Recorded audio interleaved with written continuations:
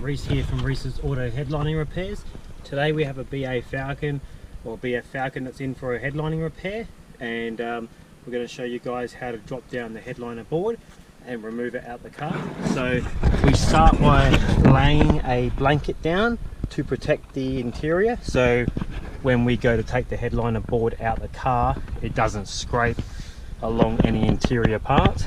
Also, we will start by taking the grab handles off, then moving to the rear grab handles, the front sun visor, the sun visor plug clip, and once that's all done we'll move into taking the A pillars off and the B, and then loosely taking the C pillars off right at the back there, just the top part, not the whole lot.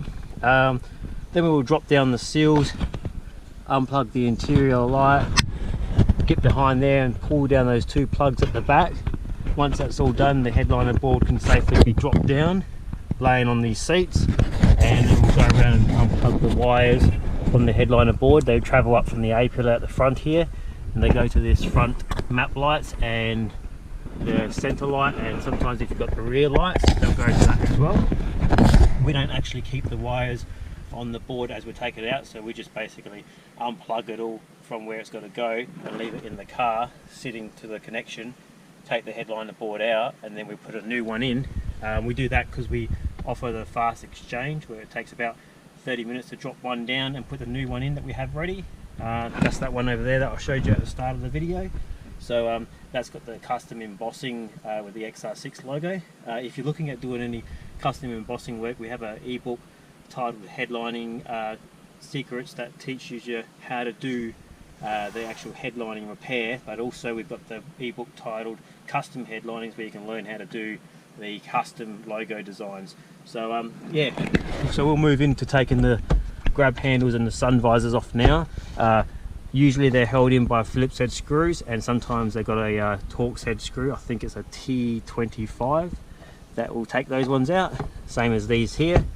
And so once you take the screw out of this one at the front here, you can get behind and lever off this sun visor plug and that will come out.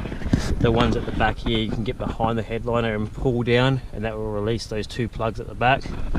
Front the center light here, the interior light, just get behind it, and you don't even need to take the fascia off. You can just get behind it and unplug it like this.